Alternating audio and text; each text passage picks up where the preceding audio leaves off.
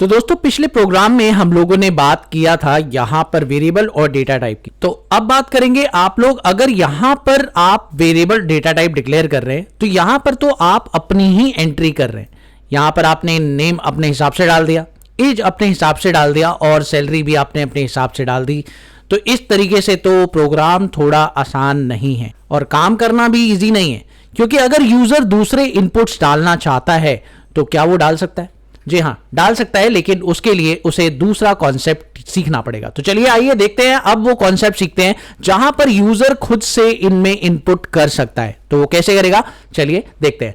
तो इसके लिए आपको प्रोग्राम कैसे बनाना है, अब हम चाहते हैं कि आपके प्रोग्राम के अंदर यूजर से इनपुट लिया जाए जो एंट्री पास करेगा। तो यहां पे लिखेंगे सब्जेक्ट, और सब्जेक्ट लिखने के बाद आप लोग यूजर इनपुट नाम का कॉन्सेप्ट बनाने वाले हैं। ठीक है, तो हमने यहां पे प्रोग्राम लिख दिया है और अब शुरू करते हैं हम लोग काम। तो हम यूजर से कौन कौन से इनपुट लेने वाले हैं, देखिए दोस्तों यहां पर बात करते हैं। हम लोग उससे नेम और एज लेने वाले हैं। तो यहां पर हम लिखेंगे सबसे पहले दो वेरिएबल। तो नेम, एक वेरिएबल हमने डिक्लेयर कर लिया डिम नेम एज स्ट्रिंग, एक वेरिएबल, और दूसरा वेरिएबल हमने डिक्लेयर कर दिया नेम एज बाइट।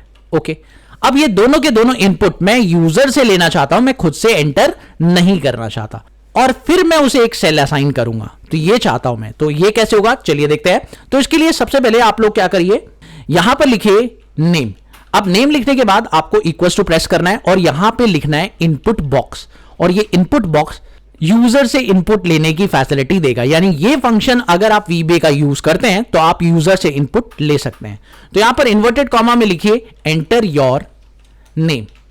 ये एंटर योर नेम क्या है, मैं आपको बता दूं कि यूजर के सामने मैसेज बॉक्स लिखा आएगा एक, और उसमें लिखा रहेगा टाइटल, और टाइटल क्या रहेगा, एंटर योर नेम। ओके, अब एक और इनपुट बॉक्स चाहिए, तो वो एज के लिए चाहिए। तो एज के लिए भी इनपुट बॉक्स चाहिए, तो मैं यहां पे लिख देता हूं एज इनपुट बॉक्स, और उसके लिए यहां पर उसको मैसेज दे देता हूं कि भैया एंटर योर एज, ये उसका टाइटल आएगा। तो यूजर खुद ही देखकर समझ जाएगा कि उसे क्या एंटर करना है। ओके, अब हम उसको सेल भी असाइन कर देते हैं। तो सेल असाइन करना जरूरी है, तो यहां पर आप सेल असाइन करिए, एक B1 सेल असाइन कर दीजिए नेम को, B2 सेल असाइन कर दीजिए एज को। ठीक है, तो आपने B2 सेल असाइन कर दिया, और अब चेक करते हैं ये काम कैसे करेगा। तो लेट्स सी, सबसे पहले हम लोग F8 प्रेस करते हैं। तो जैसे ही हमने F8 प्रेस किया, F8 प्रेस किया, F8 प्रेस किया, तो मेरे सामने एक इनपुट बॉक्स डिस्प्ले हुआ जिसके अंदर लिखा है एंटर योर नेम, और अब मैं इसमें नेम एंटर करूंगा। लेट सपोज मैंने नेम एंटर किया अभिषेक, और एंटर प्रेस कर दिया।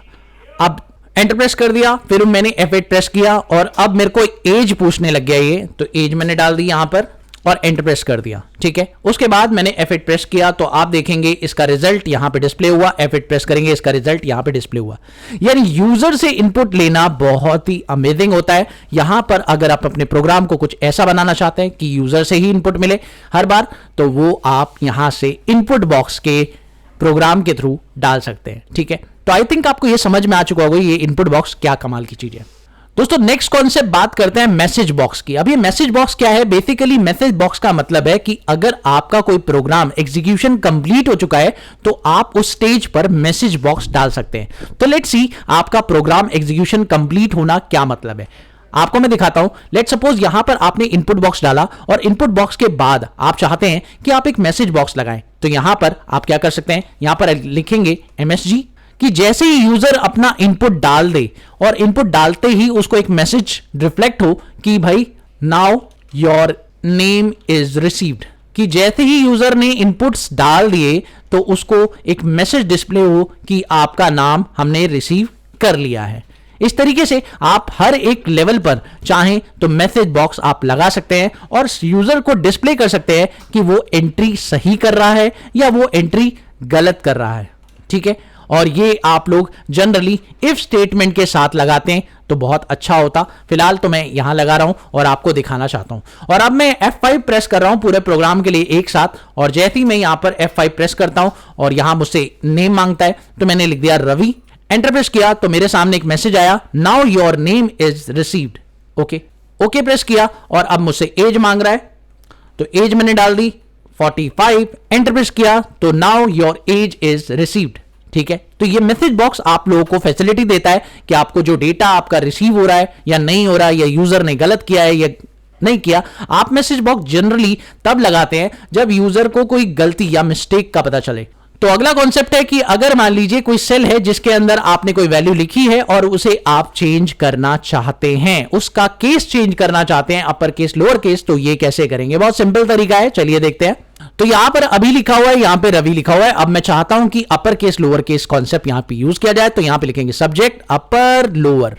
ठीक है, हमारे कॉन्सेप्ट का नाम है अपर लोअर, तो आप इसे करें और अब चेक करते हैं कि अपर लोअर कैसे यूज किया जाएगा। तो लेट्स सी, मैं यहां लिखेंगे, तो हम लिखेंगे यहां पर रेंज, और रेंज लिखकर A1 लिखा।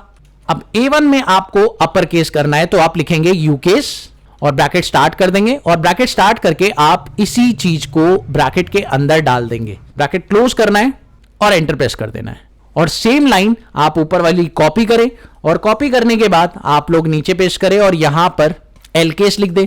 आप देखिए, मैं आपको यहां पर A1 और B1 को अपर केस और लोअर केस करके दिखा रहा हूं। तो एक बार F5 प्रेस करके देखते हैं। F5 प्रेस करेंगे और आप देखिए एक अपर केस हो गया और एक लोअर केस हो गया। तो इस तरीके से आप काम कर सकते हैं, अपर केस लोअर केस कर सकते हैं। चलिए बात करते हैं अगले कॉन्सेप्ट की। अगला कॉन्सेप्ट क्या है? मर्ज और अनमर्ज करना। यानी आप किसी डेटा को मर्ज और अनमर्ज करना चाहते हैं तो आप कैसे करेंगे? बहुत ही सिंपल टेक्निक है। सबसे पहले आप एक शीट ऐड करिए और उस शीट पर A1 सेल सिलेक्ट करिए। तो मैं यहां पर इस कोड को कर रहा हूं कॉपी, और यहां पर मैं करने वाला हूं एक शीट को ऐड। तो लेट्स सी, तो देखिए मैंने यहां पर एक नई शीट ऐड कर दी है जिसका नाम है रोहित, और यहां पर F5 प्रेस करते हैं तो एक रोहित नाम से शीट ऐड हो चुकी है। ठीक है, अब मैं क्या करने वाला हूं दोस्तों, यहां पर सिंपली मैं यहां से लेकर यहां तक A1 से लेकर E1 सेल तक मर्ज करने वाला हूं। तो कैसे लिखेंगे चलिए देखते हैं। यहां पे मुझे लिखना पड़ेगा A1 to E1 cell dot मर्ज। तो चलिए लिखते हैं यहां पर range A1 to E1 dot मर्ज। जैसे ही आप ये लिखेंगे F5 प्रेस करें और आप चेक करेंगे आपका एरर आने शुरू हो गया। अब ये एरर क्यों आया? बेसिकली आपने रोहित नाम की शीट ऑलरेडी ऐड कर चुकी है, तो दोबारा से वो शीट ऐड नहीं होगी। तो आपको ये ध्यान रखना जरूरी है कि आप एक प्रोग्राम चला रहे हैं तो आपको ऊपर वाले प्रोग्राम को कमेंट बनाना जरूरी है, अदरवाइज आपका प्रॉब्लम क्रिएट होता रहेगा। तो आपको ऊपर वाले प्रोग्राम को कमेंट बनाना है, तभी आप नीचे वाले प्रोग्राम को रन कर सकते हैं, क्योंकि उससे एक और शीट फिर से रोहित वाली ऐड होगी तो आपको एरर दे देगा, क्योंकि सेम नाम से दो शीटें ऐड नहीं होती। उसके बाद आप F5 प्रेस करिए और अब आप चेक करिए आपका जो कोड है वो चल चुका है और यहां पे कोई प्रॉब्लम नहीं आई। अब अनमर्ज करना चाहते हैं तो इसी लाइन को आप लोग कॉपी करके यहां पे लिख दीजिए, नेक्स्ट लाइन में पेस्ट करिए और यहां लिख दीजिए अनमर्ज। जैसे ही आप अनमर्ज लिखेंगे तो ये जो फाइल है और ये जो सेल है वो अनमर्ज हो जाएगा। F5 प्रेस करते हैं तो देखिए ये अनमर्ज भी हो गया। तो मर्ज अनमर्ज बहुत सिंपल सा कॉन्सेप्ट है, अगर आप यूज करना चाहते हैं कर सकते हैं। नेक्स्ट टेक्निक देखिए दोस्तों, यहां पर बात करते हैं worksheet dot add. Worksheet dot add का क्या मतलब है? अगर मान लीजिए आप इस फाइल में काम कर रहे हैं और आप कोई और वर्कशीट ऐड करना चाहते हैं तो आप लिख सकते हैं वर्कशीट डॉट एड, सिंपल। तो लेट्स सी ये कैसे होगा। और यहां पर कमेंट बनाना एक अच्छी चीज है। देखिए दोस्तों, मैंने यहां पर कई लाइनों को कमेंट बना रखा है। ये कमेंट आप लोगों को किसी बड़े प्रोग्राम को एग्जीक्यूट या बड़े प्रोग्राम को समझने में हेल्प करते हैं। तो याद रखिए, जब भी आप बड़े प्रोग्राम लिख रहे हो और आपको कोई लाइन ऐसा लग रहा है कि फ्यूचर में समझ में नहीं आएगी, तो आप उस प्रोग्राम के ऊपर और प्रोग्राम के नीचे क्या कर सकते हैं, कमेंट लगा सकते हैं, जिससे कि आपको वो लाइन आगे फ्यूचर में अगर समझनी हो तो समझ में आ जाए। तो ये बहुत अच्छा तरीका है। एक बढ़िया प्रोग्रामर यही करते हैं जो अपने प्रोग्राम के अंदर कमेंट्स को भी लिखते हैं, स्पेसिफाई करते हैं। जैसे यहां पर हम लोग वर्कशीट के ऊपर काम करने वाले हैं, तो यहां पर हम वर्कशीट्स लिख देते हैं और यहां पर लिखते हैं simple worksheet workbook dot add. तो यहां पे लिखा वर्कबुक डॉट एड, ये लिखा और इसके बाद मैंने जैसे ही F5 प्रेस किया तो आप देखेंगे एक और नई एक्सेल फाइल ओपन हो चुकी है। ठीक है, और अब मैं इसको कमेंट बना रहा हूं, वरना ये प्रॉब्लम करेगा मेरे लिए कि भाई दोबारा से एक और प्रोफाइल ऐड कर देगा। ठीक है, तो यहां पे कमेंट बना दिया मैंने उसे, और अब देखते हैं अगला प्रोग्राम ये है, और इसे कमेंट लिख दें यहां पर नीचे कि आप एक नई वर्कशीट ऐड कर रहे हैं, एक नई फाइल ऐड कर रहे हैं। और अगर आप एक्टिव वर्कशीट पर कुछ लिखना चाहते हैं तो आप यहां पे क्या कर सकते हैं, इस लाइन को लिख सकते हैं। तो जो भी एक्टिव वर्कबुक होगी उस पर जो भी लिखना चाहते हैं वो आप इस तरह से लिख सकते हैं। ये कॉम्प्लिकेटेड से लाइन है, यानी आप लोग इस तरह से लिखेंगे तो बहुत लंबा मेथड है, बट फिर भी ये तरीका आपको जान लेना चाहिए कि अगर आपको एक्टिव वर्कबुक पे कुछ लिखना है तो आप इस तरीके से लिख सकते हैं। ओके, आप F5 प्रेस करिए तो आपकी एक्टिव वर्कबुक जो भी थी, यहां पर आप देखिए जो आपकी एक्टिव वर्कबुक थी उस पर सैंपल डेटा लिखा हुआ आ चुका है। ठीक है, तो ये तरीका भी आपके काम आ सकता है, बट मेरे ख्याल से इसको यूज ना करें तो बेहतर है। और आप इसे कमेंट बना दें। और अगर आप एक्टिव वर्ब को क्लोज करना चाहते हैं तो क्लोज भी कर सकते हैं। सिंपल आपको क्या तरीका यूज करना है, आप लोग को यहां पर एक्टिव वर्ब को क्लोज करने के लिए सिंपल एक्टिव वर्बुक डॉट क्लोज लिख देना है, जिससे कि आपकी वो जो वर्बुक है वो क्लोज हो जाएगी। सिंपल। तो ये थे आपके मेथड्स जिससे आप लोगों ने सीखा कि आप लोगों को वीबे में बेसिकली कैसे काम करना है। अब बात करेंगे अगली क्लास में अगले कॉन्सेप्ट की, और यहां पर सीखेंगे कि आप लोग इस पूरे प्रोग्राम को एक सही एग्जीक्यूशन के साथ कैसे फॉलो करेंगे, एक प्रॉपर असाइनमेंट के साथ आप इस पूरी की पूरी फाइल को हम करने वाले।